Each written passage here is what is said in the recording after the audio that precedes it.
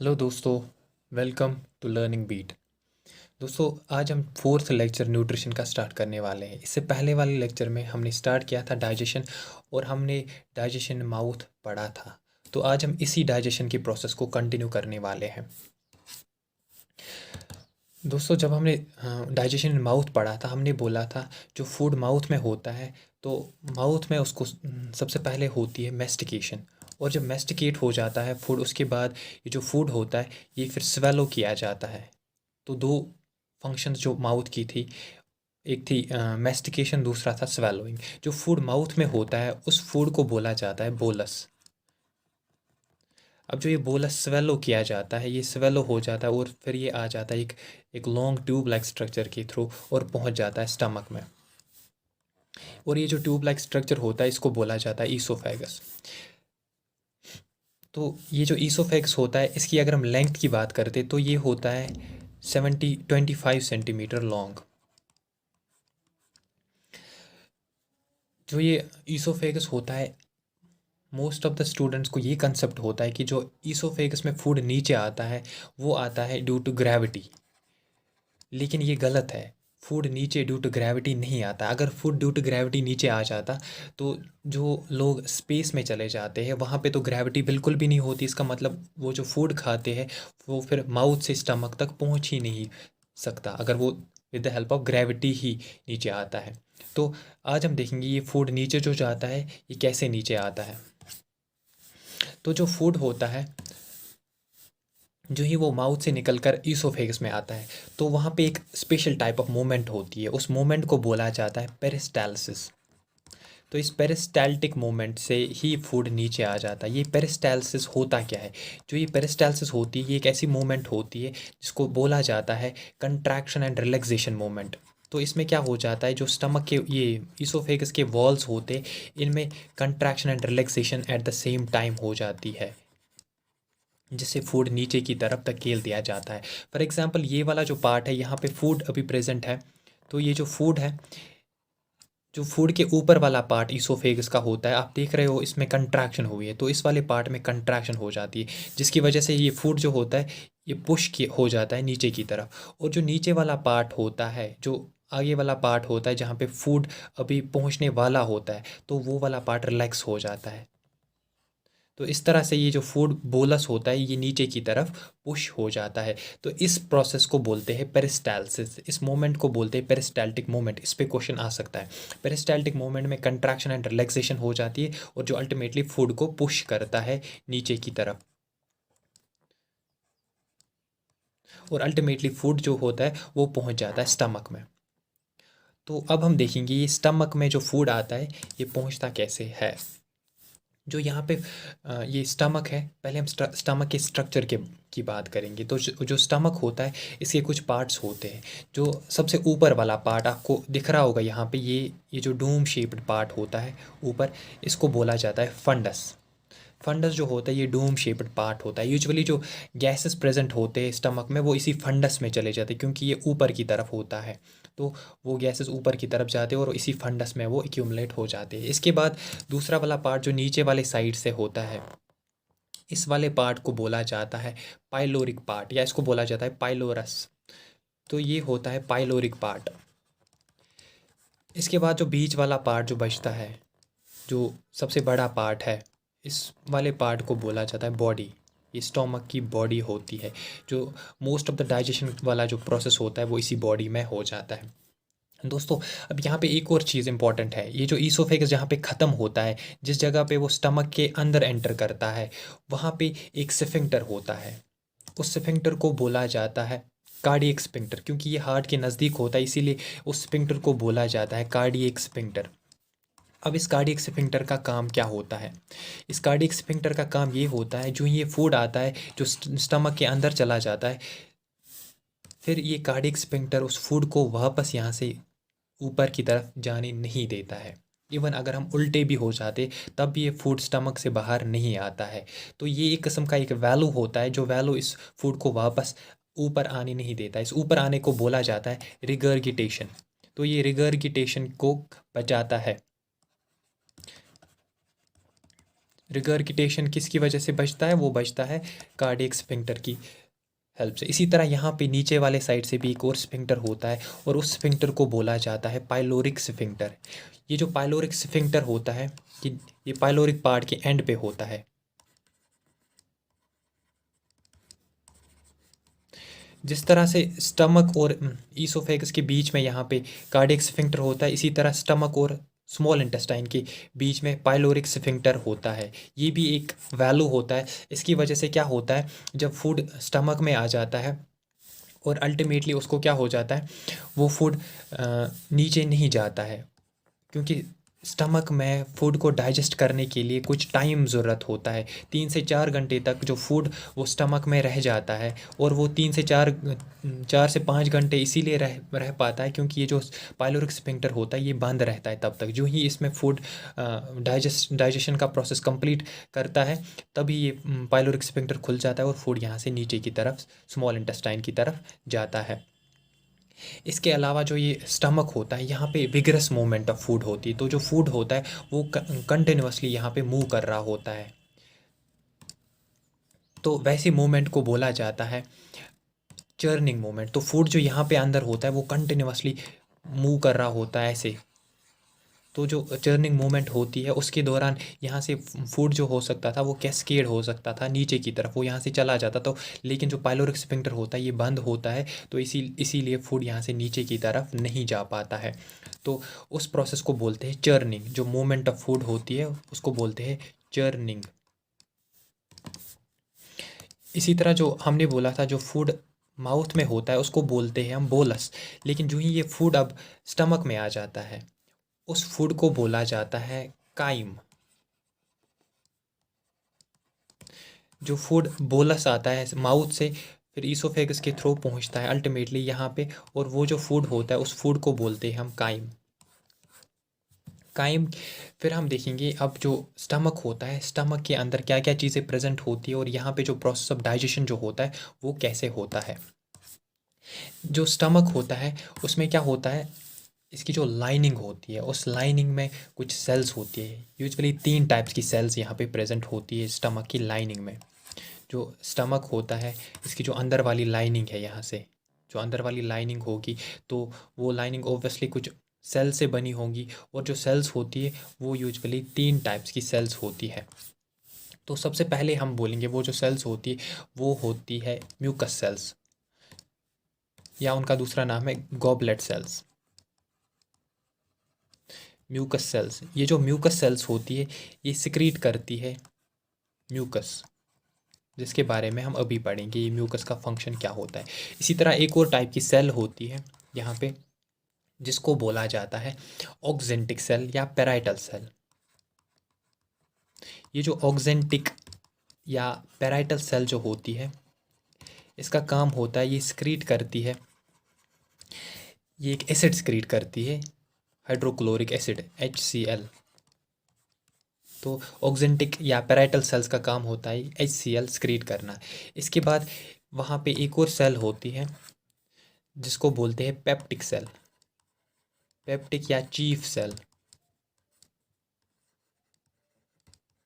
तो ये जो पेप्टिक या चीफ सेल्स होती है ये स्क्रीट करती है जो एंजाइम पार्ट जो निकलता है स्टमक में, जिसकी वजह से ही डाइजेशन होती है, तो वो निकलता है इन्हीं पेप्टिक सेल से या चीफ सेल से। लेकिन जो यहाँ से जो एंजाइम निकलता है वो इनएक्टिवेटेड फॉर्म में होता है, वो अभी एक्टिव नहीं होता है। उस एंजाइम को बोलते हैं पेप्सिनोजेन। तो अब हम एक एक करके इन तीनों का काम देखेंगे। सबसे पहले हम स्टार्ट करेंगे HCl से। जो ये HCl होता है इसमें क्या हो जाता है, HCl जो होता है ये एक स्ट्रॉन्ग एसिड होता है। ये बहुत ही स्ट्रॉन्ग एसिड होता है। अगर ये किसी भी बॉडी पार्ट पे पड़ेगा, हमारी स्किन पे पड़ेगा, तो हमारी स्किन उधर ही जल जाएगी। तो ये बहुत ही करोसिव होता है। HCl का अब स्टमक में क्या काम है? सबसे पहले जो काम इसका काम होता है ये एंटी माइक्रोबियल होता है। एंटी माइक्रोबियल का मतलब ही ये होता है, अगर फूड के साथ कोई जर्म या कोई माइक्रोब होगा तो ये उसको क्या करता है, उसको किल करता है। तो ये फूड को एज ए डिसइंफेक्टेंट ये फूड के लिए काम करता है। तो पहला फंक्शन इसका हो गया एंटी माइक्रोबियल। दूसरा फंक्शन जो होता है, जो हमने बोला अभी, जो पेप्सिनोजन निकलता है वहाँ पे, जो पेप्सिनोजन इनएक्टिव फॉर्म में होता है उसको ये HCl एक्टिव फॉर्म में बनाता है। वो HCl की वजह से ही पेप्सिन बनता है। जो पेप्सिनोजन होता है ये इनएक्टिव होता है, लेकिन जो पेप्सिन होता है, पेप्सिन क्या होता है, ये एक्टिव फॉर्म में होता है। तो इसको इसको कौन कन्वर्ट करता है, इस रिएक्शन को HCl ही करता है। तो मतलब जो HCl होता है, HCl मतलब ये स्ट्रॉन्ग एसिड होता है, मतलब जो एसिडिक pH होता है उसी में ये जो पेप्सिनोजन होता है ये पेप्सिन में कन्वर्ट होता है। तो जो स्टमक का जो pH होता है वो 1.8 होता है। 1.8 बहुत ज़्यादा स्ट्रॉन्ग एसिड होता है। अब यहाँ पे एक क्वेश्चन है, जो पेप्सिन होता है, पेप्सिन का जो काम होता है वो हम देखेंगे पहले। पेप्सिन का काम होता है प्रोटीन्स को डाइजेस्ट करना। यहाँ पे क्वेश्चन है, अगर हमारे स्टमक में HCl है, एक साइड से HCl है जो बहुत ही करोसिव है, जो स्किन को जला सकता है, दूसरे साइड से पेप्सिन है जो प्रोटीन्स को डाइजेस्ट करता है। इसका मतलब ये होता है हमारा जो स्टमक होता है उसके जो वॉल्स होते हैं वो भी तो प्रोटीन्स के ही बने होते हैं, तो वो क्यों नहीं डाइजेस्ट होते हैं। या दूसरा हमने बोला जो ये HCl यहाँ पे होता है ये हमारे वॉल्स को, स्टमक के वॉल्स को डैमेज क्यों नहीं करता है। इसका आंसर जो है वो देता है यहाँ पे ये जो म्यूकस होता है, जो म्यूकस सेल से या गॉबलेट सेल से म्यूकस निकलता है, ये उसका आंसर देता है। जो ये सबसे पहला पहला चीज़ हमने बोला, जो जो पेप्सिन होता है वो पहले इनएक्टिव फॉर्म में होता है, पेप्सिनोजन में होता है। तो जो पेप्सिनोजन होता है ये इनएक्टिवेटेड फॉर्म में होता है। अगर ये इनएक्टिव होता है इसीलिए ये स्टमक के वॉल्स को डैमेज नहीं कर सकता है, लेकिन जब फूड आता है तभी उसी टाइम ये एक्टिवेट हो जाता है, उसी टाइम HCl रिलीज होता है और ये एक्टिवेटेड हो जाता है। अब जब ये एक्टिवेट होता है उस टाइम तो ये डैमेज कर सकता है, इसी तरह HCl भी डैमेज कर सकता है। लेकिन यहाँ पे जो म्यूकस होता है प्रेजेंट, म्यूकस क्या करता है, म्यूकस एक लेयर बनाता है। ये अगर हमारा स्टमक होता है तो म्यूकस इसी स्टमक के अराउंड एक लेयर बनाता है और वो इन पेप्सिन और HCl को स्टमक के वॉल्स के करीब आने नहीं देता है। तो इस तरह से क्या होता है, ये जो स्टमक के वॉल्स होते हैं ये HCl और पेप्सिन से बचते हैं। तो HCl इनको कुछ नहीं कर पाता है। ये किसकी वजह से होता है, ये म्यूकस की वजह से होता है। म्यूकस क्या करता है, ये प्रिवेंट करता है वॉल्स ऑफ स्टमक को, prevents walls of stomach from HCl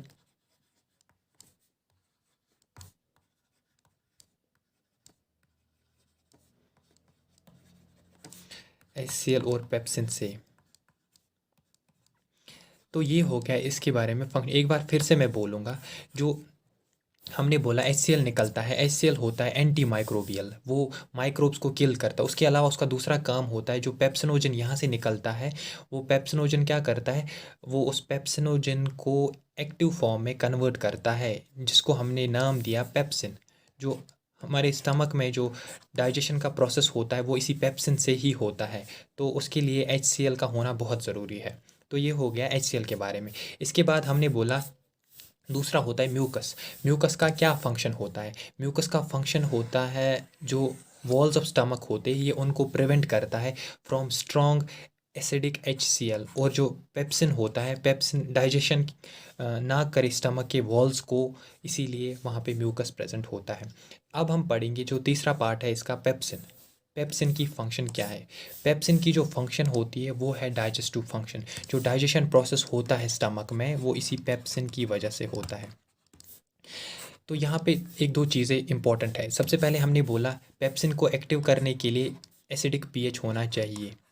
तो यहाँ पे स्टमक में एसिडिक pH अगर होगा तभी पेप्सिनोजन से पेप्सिन बनेगा। तो वो 1.8 होता है, जो स्टमक में जो pH होता है वो 1.8 होता है। इस पे क्वेश्चन आ सकता है स्टमक का pH क्या होता है और ये किस लिए ज़रूरत होता है, ये पेप्सिनोजन से पेप्सिन बनने के लिए इंपॉर्टेंट होता है। ये हो गया एक पॉइंट। दूसरा पॉइंट यहाँ पे ये होता है, जो ये पेप्सिन होता है या जो स्टमक होता है वहाँ पे बस खाली प्रोटीन्स ही डाइजेस्ट होते हैं, जो मोस्टली प्रोटीन्स ही खाली डाइजेस्ट होते हैं। Only proteins are digested in stomach. इसके बाद जो कार्बोहाइड्रेट्स होते हैं या फैट्स होते हैं उनकी खास कोई डाइजेशन स्टमक में नहीं होती है। अब हम देखेंगे जो प्रोटीन्स की डाइजेशन होती है वो कैसे होती है। सबसे पहले मैं आपको बोलूँगा जो प्रोटीन्स होते हैं, प्रोटीन्स के जो जैसे हमने बोला कार्बोहाइड्रेट्स छोटे छोटे पार्टिकल्स के सिंपलर पार्टिकल्स के बने होते जिनको बोला जाता है ग्लूकोज। इसी तरह जो प्रोटीन्स होते हैं, प्रोटीन्स भी सिंपलर पार्टिकल्स के बने होते हैं जिनको बोला जाता है एमाइनो एसिड्स। तो जो प्रोटीन्स होते हैं वो छोटे छोटे पार्टिकल्स के बने होते हैं। अगर ये प्रोटीन है तो ये बना होगा सिंपलर पार्टिकल्स का। इसका जो एक पार्टिकल है ये होगा एमाइनो एसिड। तो बहुत सारे amino acids, thousands amino acids मिलते हैं। मैं सीधे लिखूँगा एमाइनो एसिड्स। तो थाउजेंड्स एमाइनो एसिड्स मिलके एक प्रोटीन बनाते हैं। कम्प्लेक्स स्ट्रक्चर होता है इस प्रोटीन का। तो प्रोटीन में बहुत सारे अमाइनो एसिड्स होते हैं। अगर अब हमें डाइजेशन करना होगा इन्हीं प्रोटीन्स को, तो हमें इन्हीं अमाइनो एसिड्स को अलग अलग करना है। प्रोसेस ऑफ डाइजेशन में बस इतना ही होता है, इन प्रोटीन्स को, इन अमाइनो एसिड्स को अलग अलग करना है, इस प्रोटीन को तोड़ना है, सो ये अमाइनो एसिड्स अलग अलग निकलेंगे। लेकिन हम ये एक ही स्टेप में नहीं कर पाते। हम डायरेक्ट प्रोटीन से अमाइनो एसिड्स तक नहीं पहुंच सकते। हमें स्टेप बाय स्टेप नीचे आना है।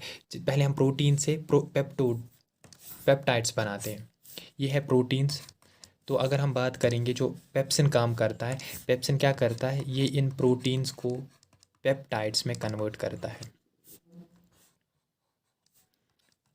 अब क्वेश्चन ये पेप्टाइड्स क्या है।